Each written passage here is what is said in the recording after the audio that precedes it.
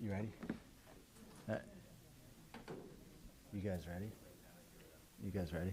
All right, the time is now 7 o'clock, and we'll call this meeting to order. Has this meeting been posted? Yes, it has.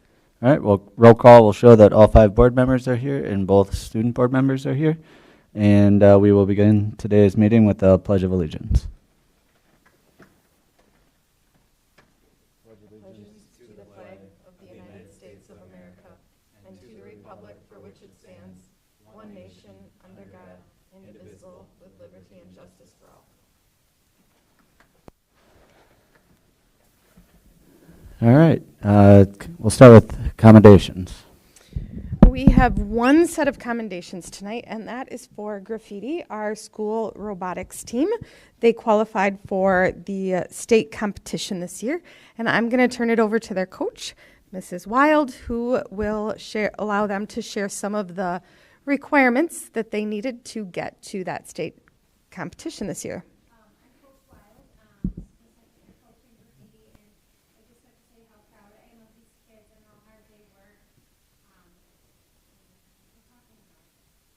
How proud I am of these kids and what an honor it's been to be their coach for the past 2 years. I'm actually going to be stepping down, so we do have a vacancy on our team again. But for us to make it to state was a huge accomplishment, and I'd actually like to turn it over to a couple of our students to have them just tell you about how we qualified for state and what it took for us to get there. So I'm going to start with Jaden Knapp, and he's going to tell you about our lacrosse competition. Hi, I'm Jaden Knapp. We competed in 2 events, the first one being lacrosse. So at lacrosse, we obviously had our main competitions that qualified us for the final tournament, which could have brought us to Worlds. And then we were picked 10th overall,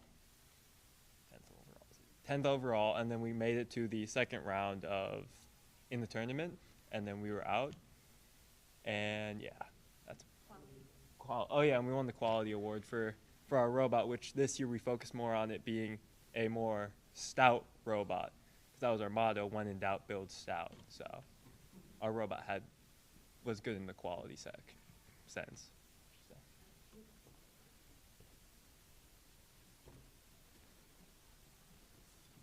I'm Luke Wild, and I'm going to talk about our second competition of the year. Our second competition was at McGuanago High School.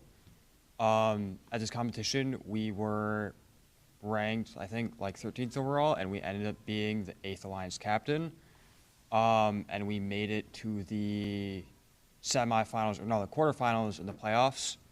And then we also won the imagery award for our team branding and how we represent our team values during the competition. And yeah.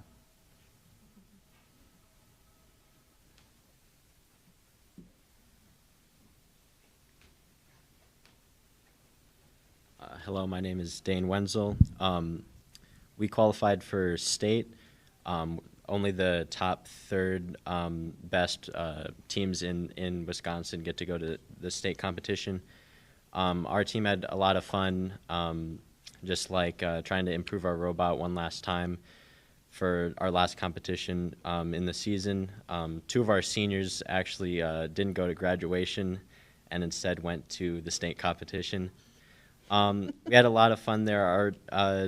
We narrowly missed a Lions pick for semifinals, but it was just really fun sitting in the stands and watching our robot during state. And we did pretty good. We were set to be picked for semifinals, but our robot broke in the last round. So it was just a fun experience. So just a quick wrap up, because I think robotics is very different than maybe a lot of the sports that you see. We had to go to these other 2 competitions in lacrosse and McGuanago, and in order to make it to state, we had to get points. And then it's a ranking system. So every robotics team in the state is then ranked. So we actually finished 27th in the state, and you needed to be in the top 32 to be able to make it to the state competition. So in order for us to do that, we needed to win the quality award. That gave us points. We needed to win the imagery award. That gave us points. And then we needed to make it to the playoffs at both competitions, and then that gave our team points. So making it to state was a huge accomplishment for this team, and this is the first team. Our team has actually won 2 awards like that in a season, and then also made it to 2, I believe it was our first time, unless our rookie year, 2 playoff competitions. So, yeah, we had a very successful season, and we're really excited about the future of graffiti. And you can tell that it's about more than building a robot and competing because they come up and they speak. And I think that they've spoken to us a number of times, so it's a well-rounded experience for them. So I have commendations for the team members that are here, as well as those not attending that you can pass along. No, come on up. Come on up.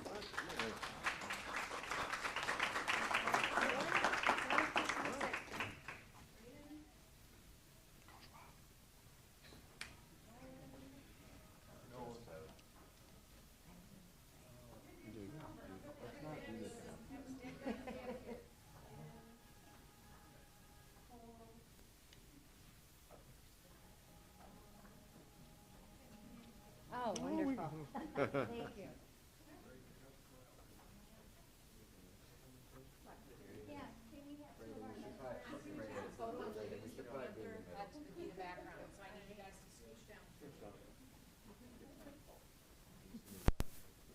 Everybody can't be in the back. Every other person step forward.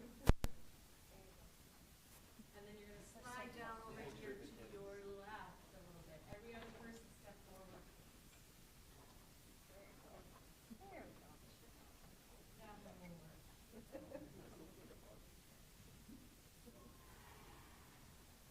All right, ready? We'll take 3. 1, 2, 3.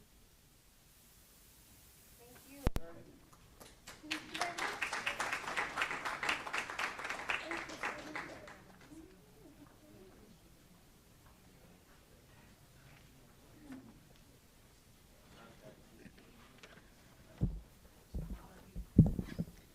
I don't know if you noticed, but your board member was also one of the participants on the team.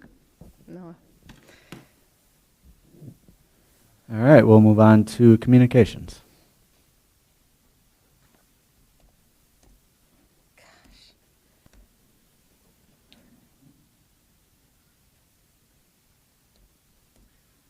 Okay. I have a number of communications for this evening. On Friday, June 11th, the new website platform went live. There were some questions about that at the beginning of the meeting. The new website software allows for seamless integration with social media and an app that will be built out in the coming months. It increases efficiency of communication between classrooms and schools with families and communities. In addition, tomorrow, online registration will open for families. Each summer, Greendale schools are required to review and confirm or update their student and family information and pay student fees. We call this the Back to School Check-In. This summer Back to School Check-In will be open tomorrow. Reviewing this information takes place in Infinite Campus and ensures the schools have the most accurate information on student enrollment, correct address and contact information for families, emergency contact details, and health and demographic information for children. This process must be completed before the first day of school. In addition, this year, the district notified families who were selected in the residency verification for the 25-26 school year. This is a new process, and it requires 10% of students who were randomly selected to complete a residency recertification process, which means showing the proof of residency that is required to enroll in the schools per policy. Summer school is in session. We have almost 1,000 students between our elementary, middle, and high school programs who are attending school on a daily basis. And summer school ends for elementary school on July 25th and a bit later for the high school. I think it's the 31st is the last day of summer school for high school. And I'd like to welcome Maddie Madsen, who is our new student board member, to tonight's meeting. And that concludes my communications. All right. Speaking of student board members, we'll do the student updates. I'll start us off. To start us off, school is officially over, but GHS extracurriculars have begun preparing for the next year of projects and activities. DECA has been preparing for CAL, the annual Career Opportunities Workshop, via officer meetings. Also, they have met with Oak Creek DECA to brainstorm a future networking relationship. Summer school classes have started, such as summer gym and econ, plus remedial classes in which NHS students can help volunteer through the Alex Math program. Graffiti Robotics, who just spoke, participated in the 4th of July parade with their parade bot catapulting candy in front of the children of Greendale. The annual Dan Mattis Golf Outing was held on June 30th, and members of the GHS varsity golf team walked away with first place. Lastly, students in select AP classes have begun their summer assignments, such as the plant projects in AP Bio and the first unit prep for AP Calc. Now on to Maddie.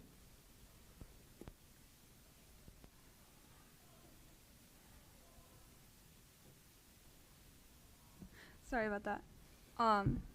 To wind down the school year, theater students following their last performance of their musical at the Gazebo on June 22nd took a trip to New York, getting a chance to see Broadway musicals and explore the city. Continuing their season, band students have started their annual half-day band camp to learn marching for their new show. There is also a new fundraising opportunity for band students aiming to make $75,000 to help with Pasadena costs and donations. The band also marched in the 4th of July parade alongside cheer, POMS, and football. Cheer and POMS have also both done camps recently. Cheer working on skills at NCA camp and POMS dancing with elementary-aged kids. All right, thank you. We will skip comments from visitors. I don't see anyone, so we'll move on to approving the meeting minutes from the June 16th meeting. Looking for a motion. I move the approval of the regular and closed session minutes from June 16th as presented in item 1.1. I second. All right, we have a motion and a second. If there's no commentary, we will do a roll call. Yes. Yes. Yes. Yes. And I'm yes, motion passes.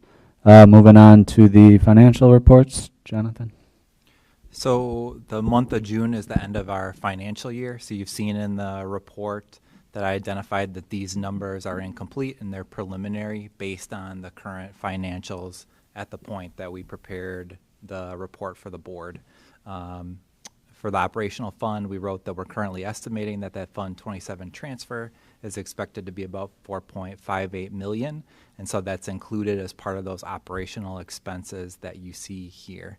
But that number will fluctuate a little bit as we get final numbers. We're working to get that finalized, and the external audit will be completed in late August. At the August 4th meeting, we should be able to provide updated numbers that'll be closer to what we'll be sharing with the auditors when they come on site. And with that, happy to answer any questions that you may have right now. This preliminary information was shared with the Board Finance Committee last Wednesday. Do we have any questions for Jonathan? Brian? I don't have any questions, but I just wanted to commend Jonathan and the staff just kind of in managing the money. I think it's kind of something we bypass a little bit and don't actually recognize, but Jonathan's done a pretty good job balancing this budget and also going forward and presenting. We'll see a lot more in the coming months, but putting together a budget that maximizes what our kids can get out of the money and utilizes it well, and then keeps it very transparent as well. And I just think that at least getting on record to commend the good work that he's been doing and kind of partnering with everybody to make sure that our kids get the best of what we can get. Thanks. All right, thank you. So we will move on to approving the checks and disbursements. Looking for a motion. I move the approval of checks and disbursements for the amount of $7,100,537.41 as presented in agenda item 2.2. I second. We have a motion and a second. Looking for a roll call here, sorry. Yes. Yes. Yes. Yes. And I'm yes, motion passes. Moving on to new business, we need to approve the personnel. In personnel, you see the agreement with the Greendale Education Association educational support personnel.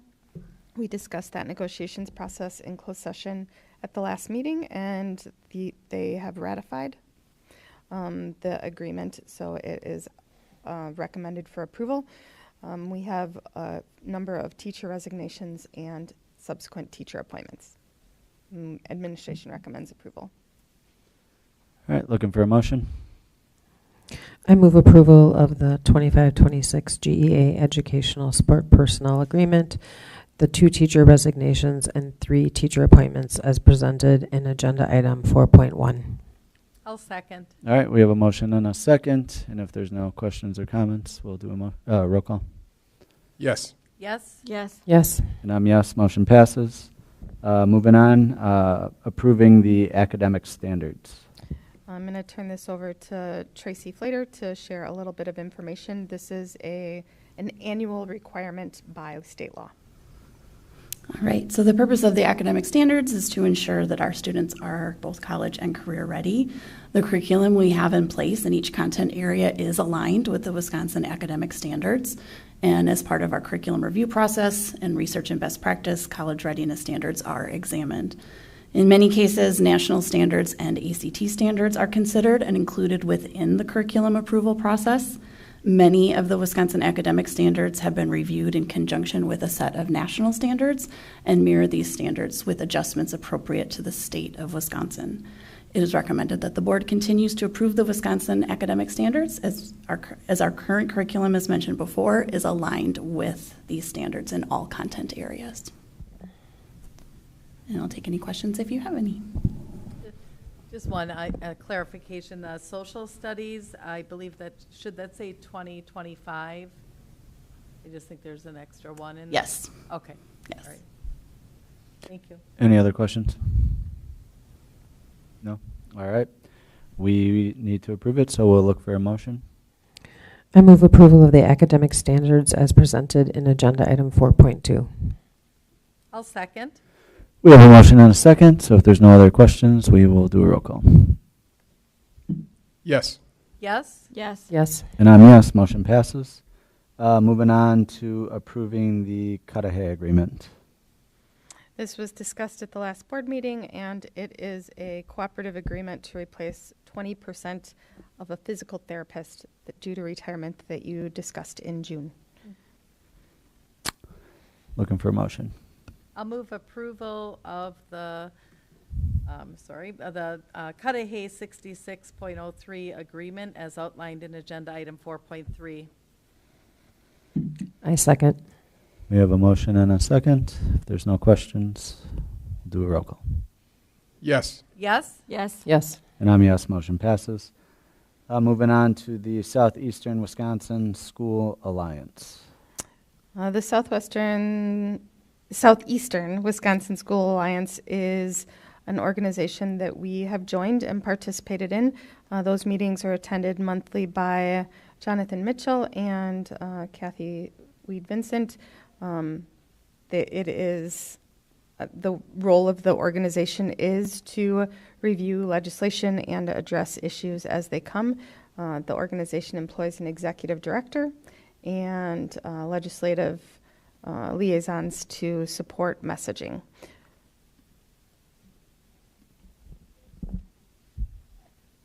All right. Kathy? Sure, that's what my question was for Jonathan. Jonathan and I attend these meetings. There's been some talk over time. There have been some districts that have pulled out of this. I don't want to put Jonathan on the spot or whatever, but I wanted to just ask, do we feel we're getting, it increased by $500 this year. That was for administrative costs or what have you, so it's up to $3,700. Just wondering, in the scheme of things, Jonathan, if you want to chime in at all, if we feel this is worth it. We work together with these other districts. I forget how many are currently in there, but just wanted to make sure that we're getting our money's worth, I guess. So if it's helpful, whatever you think. I mean, there's certainly collaboration that continues to happen, particularly around sharing our stories around state budget. So I think that those pieces are helpful. And I know that there's multiple avenues that those conversations can happen. I would say that, like, the decision to participate, I feel like should be driven at the board level of whether we should continue to be a member. And if we are, we'll continue to engage, but we've been engaging on those topics through other avenues besides just SWSA. We're working through the School Business Official Association, SAA, other statewide groups as well to have those same conversations. And I'm not, I'm definitely, not, and I appreciate that, Jonathan. I'm definitely not saying we shouldn't do it. But I agree. I think the board just needs to be aware. It's a networking opportunity. As Jonathan said, there are several avenues that we do this kind of discussion and so forth. I have found it beneficial, but I just, I know Dr. Mizik and I have talked about this before. Just wanted to make sure it was not necessarily a cost that we felt was detrimental in any sort of way. But Jonathan, you're at virtually every meeting that I am. I cannot always attend the full time because it does go into the start of my school day, but I do, the meetings begin at 7:30 in the morning, so I attend until I have to do my work. So yeah, with that being said, I think it's fine if we continue with it, but I didn't know if any of you have questions at all about it. Well, now, Jonathan, can you clarify for anybody watching or listening how much it costs us each year, now that Kathy's brought up the cost? Well, the renewal is going to be $3,700. Thank you. Yeah, it went up 500, as I said. We have, would you consider Ramey, is she a lobbyist for us, more or less? She's a legislative liaison. Southeastern Wisconsin Schools Alliance is intended to be nonpartisan and allow school districts to share stories and talk about their needs in the region. We do have a unique region in the state, and so that's the benefit of having that conversation. And again, we engage at the direction of the board.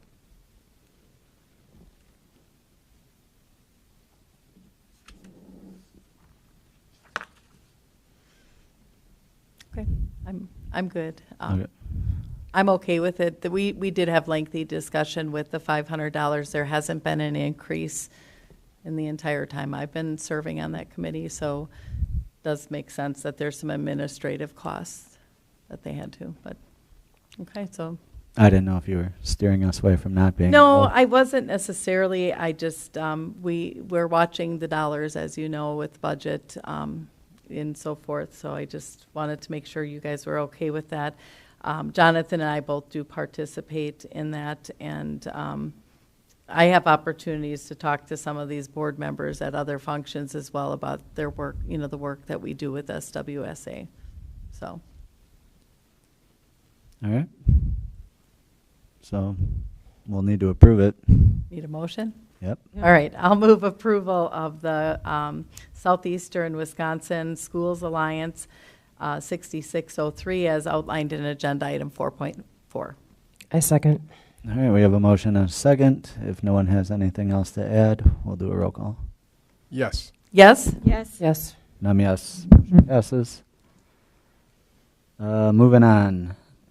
The last thing we need to take action on is policy 5330, the administration of medication. You reviewed this again after a review by our medical advisor and our school nurse, and at the June 16th meeting there was question about the essential oils, so we took that back and struck the essential oils from the policy and are looking for approval. Looking for a motion. I move approval of policy 5330, administration of medication and emergency care, as presented in agenda item 4.5. I'll second. All right, we have a motion and a second. If no one has anything to add, do a roll call. Yes. Yes? Yes. Yes. And I'm yes. Motion passes. Moving on to the review of next year or this year's employee handbook. So annually, the board approves an employee handbook. This is the rules and regulations that employees will follow. There are a number of recommended changes this year, and I will turn it over to Mrs. Groteforst to review.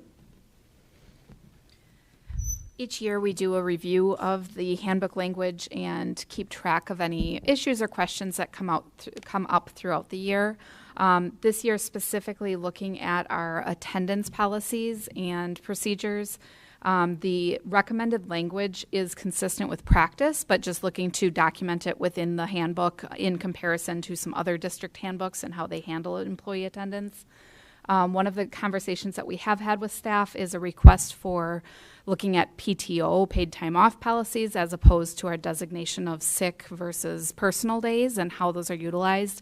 I am doing some work to look at our current usage, our absence fill rates, and collect that data, because I believe if we go to a PTO more open policy, we're going to have more absences because it provides more latitude for how staff are choosing to take their time off. So the recommendation is to stick with our current practice of having sick and personal days differentiated, and we'll continue to look at that and consider what the possibilities would be going forward. Thank you. Does anyone have any questions? Kathy? Yes, I was just looking at the doctor's certificate, so that's new language that we're looking at there? There is language in the handbook currently about doctor's language or doctor's certificate. This is just further clarifying what that looks like.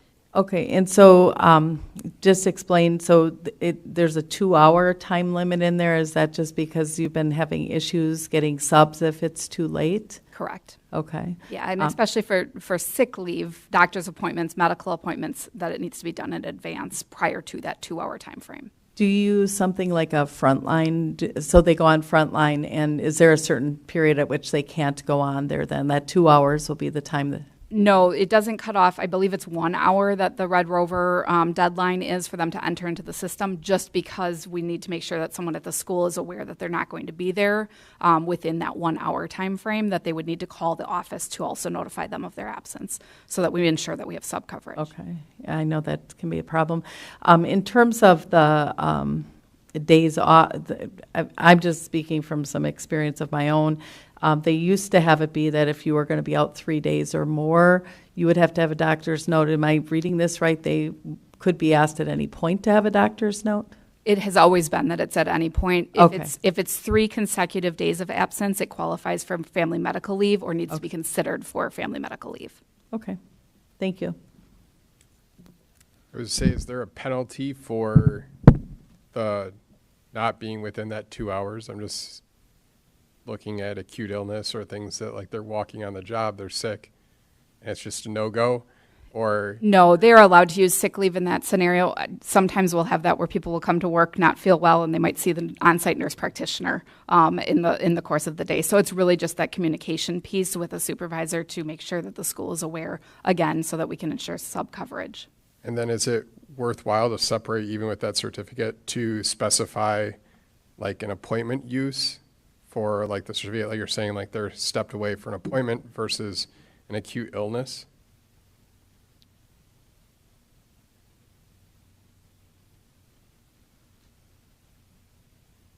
Sure, I can take a look at that and bring that back in the next next review. And then do they also, I know you talked about the FMLA, if they have contagious restrictions, how does that apply for, you said the 72 hours if it's covered? What does the FMLA deem? Like, I'm just theoretically, say we have an outbreak of a certain virus again, person has to be quarantined. They're not sick, but they're forcibly quarantined. Is that still under a doctor's certificate, even though it is? Yeah, if the physician is recommending that they quarantine or do not have contact, that would be excused by the physician. Like if it's us requiring them to quarantine for health purposes.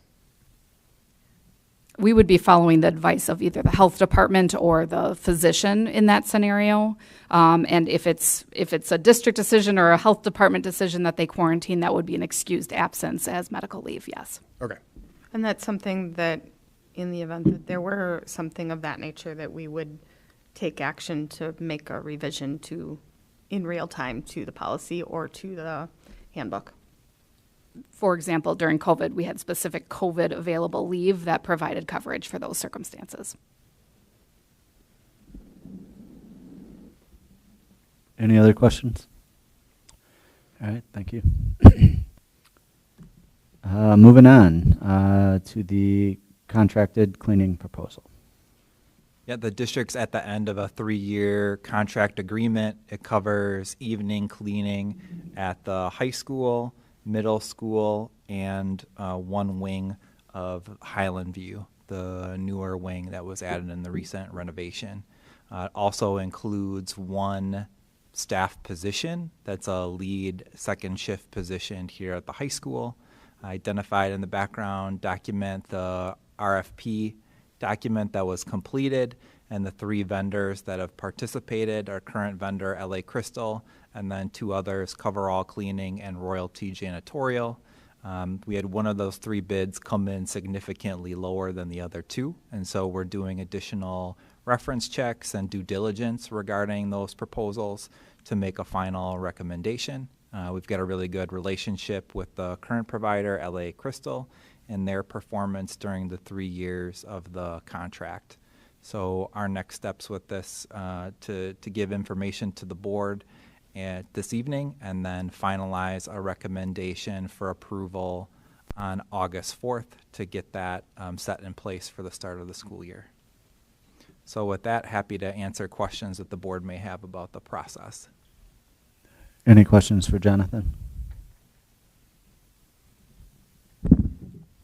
So Dr. Midzik and I talked about this a little bit today. It sounds like we have a great relationship with our current one. Obviously, it's more expensive. Dr. Midzik, I think you said they were willing to come down just a little bit from where they're currently at?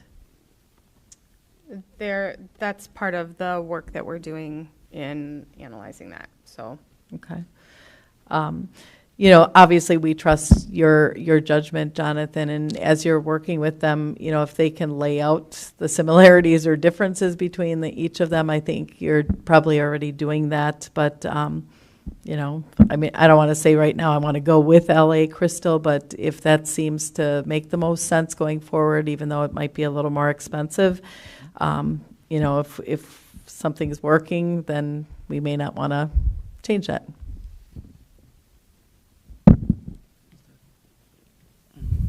Anyone else?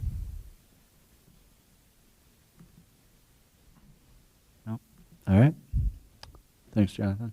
Yep, thank you. All right. Kathy, legislative update. All right. Exciting news, and I thought Jonathan maybe would touch on this a little too today. The budget, for the first time since I've been on the school board, has been finished at the beginning of July. That's a really unusual thing for the state of Wisconsin. So hopefully, Jonathan, for your sake, this is good news, even though some of the news is not good as far as funding, just that you can work on the budget for the upcoming year. So it was the 2025 Act 15, which passed on July 3rd, actually, this year. So that was much earlier. We've gone into September and even October before without knowing what the budget was going to be. It is a $111 billion biennial 2-year budget. There has been increase to the UW system, $256 million in new funding and $840 million in capital improvements.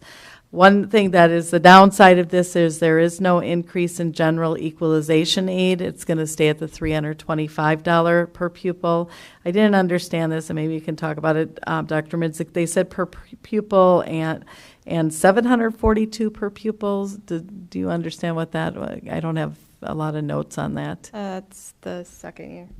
Is that the second year? That per pupil aid was separated from the revenue limit. So that's the parallel funding model. Okay. That's funded 100% versus being a pool of money that funnels through the revenue limit calculation, and it's staying at $742. Okay. That was currently in law. Okay. They did have money that they put into early literacy. The Joint Finance released $9 million of $50 million for literacy coaching. That didn't say curriculum, but hopefully that's helped with the Act 20 that we've been faced with. Mental health, they have a one-time $30 million increase in 2025-26 school year. Again, this is going to be grant opportunities for the school district. Open enrollment, the general population, they said was $10,102 in 2025-26 and $11,030 in 2026-27. And increases in payments are due to program indexing, to, probably should put my glasses on, to the revenue limit and categorical aid increases. There have been a couple changes to 4K statutes, but it doesn't seem like it's going to be anything that's going to really change for Greendale's 4K program. Is that correct? I did not see anything that would indicate that they'd be counted as full-time students if they were attending full school day, so. Right, I think they still said the 0.6 or whatever. Okay. Office of School Safety, who our own Trish Kilpin is the director of, they are going to provide some long-term funding. 13 full-time staffers are now there. She had a great staff, and then they kind of pulled back, and it looks like they're seeing the need for that. That benefits our schools in the form of our anonymous reporting system, SUSO. That staff means that it's fully staffed for mental health supports when students are reporting things that could be needing urgent attention, so that administrators are not working 24/7. Gotcha. That was good. DPI cut $1.3 million. There were, or DPI cuts. There's $1.3 million annually, providing $1 million in new funding if requested by DPI and released by the Joint Finance Committee. And I think that's pretty much it. They did talked just about the goal of maintaining our relationships with our legislators, just because it's not a time that we're looking to get money in the budget. It's always good to invite them in. They did recommend that we thank them, especially regarding special ed, although it wasn't the type funding we had really wanted to see in special ed. There was increase. So the legislative updates, this was all part of the workshop I went to this weekend too. They had a whole thing on this and just reminding us to get our legislators into our schools, to invite them to speak at a back to school event possibly, and even invite legislators to our annual district meeting, which I believe we do, and we've had them here before. So that is my report. The two components of the budget that the board had in their public policy priorities was increasing special education reimbursement, and that will be significant. The other one that we did not ask for but that will be very helpful to Greendale because we have more open enrollment students coming in than leaving our district. The increase in funding for open enrollment students will have a positive impact on the funding that we have available for our entire student body. So this budget is a great compromise between the varying advocacy groups, and we will benefit and are appreciative for the increases to education funding that are represented in the bill. And I will thank Tasha and Rob, and I think, Jonathan, you went, and Dr. Midzik, thank you guys for going to Madison this past year, and also the joint finance hearings as well. All right, I'm good. Good to go? All right. Moving on to board committee updates, if anyone has anything to share. The Charter School Board for Greendale Global Academy, which will open as a soft launch as a program of Greendale schools. We have 6 students who have registered for the program, and the Charter School Board will be going to a charter school conference next week, Tuesday and Wednesday online. All right, thank you. No one has anything to share? No.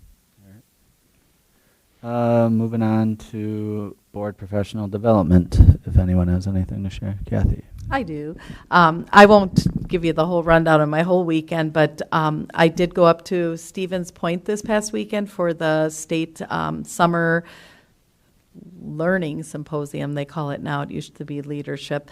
It was a really great event. I was super excited because I even messaged or talked to Kim on the way home.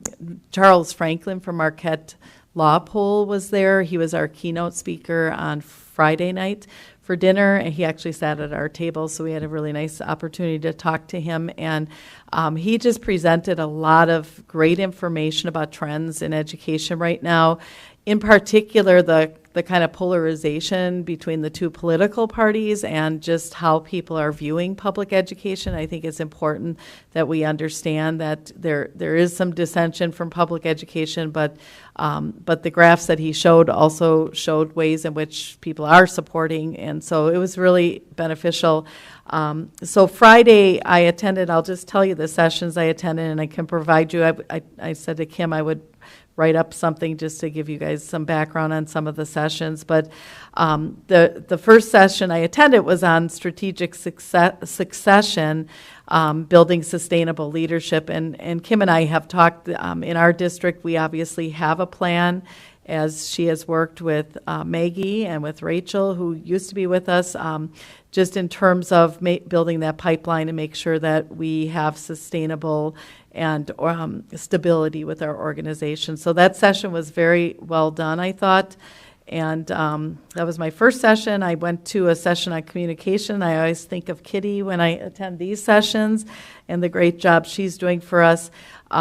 We heard from the superintendent of Westfield District, as well as Mineral Point's communication director and the current president-elect of the organization, which I'm going to mess up, but it's WSPRA, which is basically the public relations for the state. And so they all just kind of talked about the importance of getting communication out.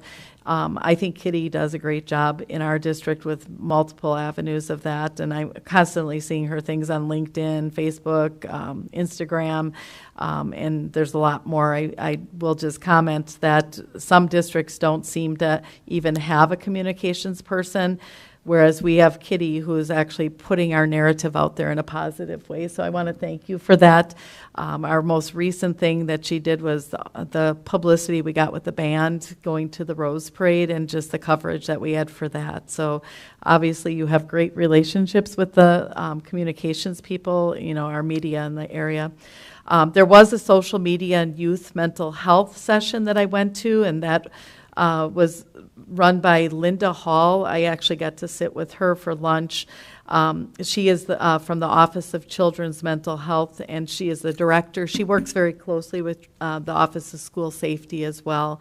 I did get her card because I want to keep in touch with her and engage hopefully our student board members and maybe our sources of strength, but also even the Youth Commission, which I serve as an advisor for. And then I'll just make this real short.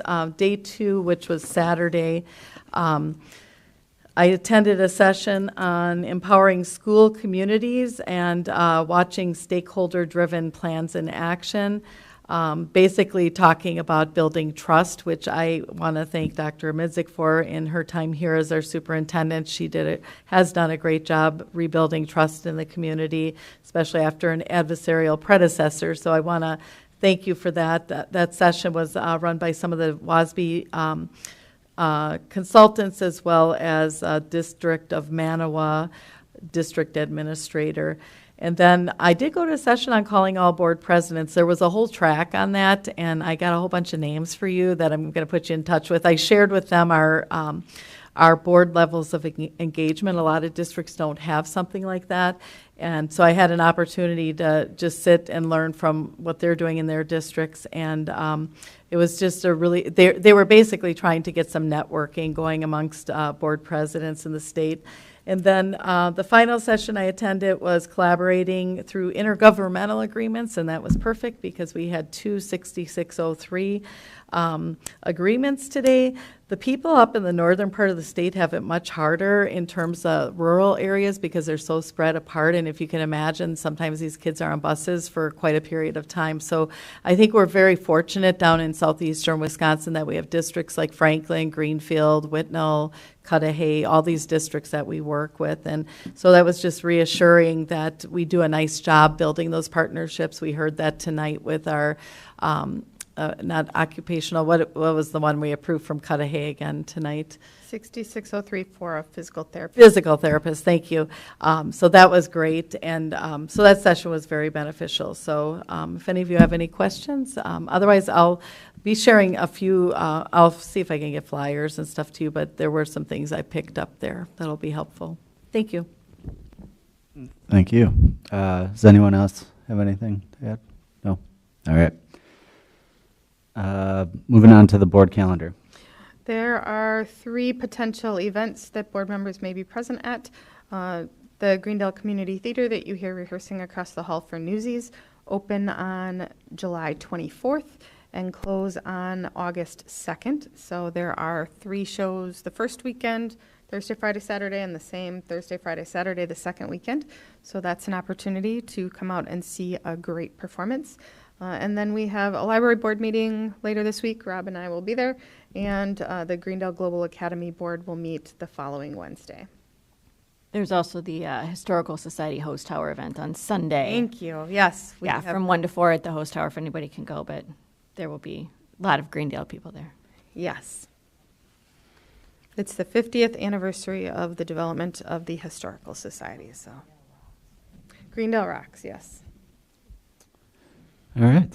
We'll skip comments again and looking for a motion to go into closed session. I move approval to enter closed session under Wisconsin Statute 1985 1F for the purpose of reviewing an expulsion order by the independent hearing officer to approve, reverse, or modify the expulsion order. The board will take action in closed session. If any, the board will return to open session. Will or will not? You will return to open session to adjourn. If there's action or, I'm going to defer and recognize, yes. Okay. we are going to. We will return to open session. Okay. I'll second that. Do I have to second that? Yes. All right. Yeah, no, I didn't remember if we said. Looking for a roll call. Yes. Yes. Yes? Yes. Yes. Yes. Motion passes. Next meeting scheduled. Next meeting will be August 4th. Thank you. Take your chairs. I'll go unlock the door. Did you see that? I did.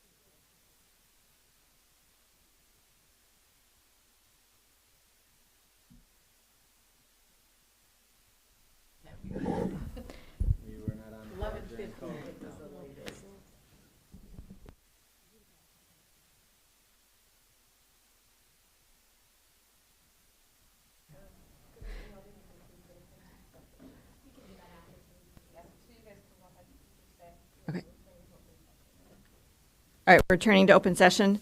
Given the nature of the matter discussed in closed session, the matter was acted upon in a closed session. Adjourn. We will adjourn.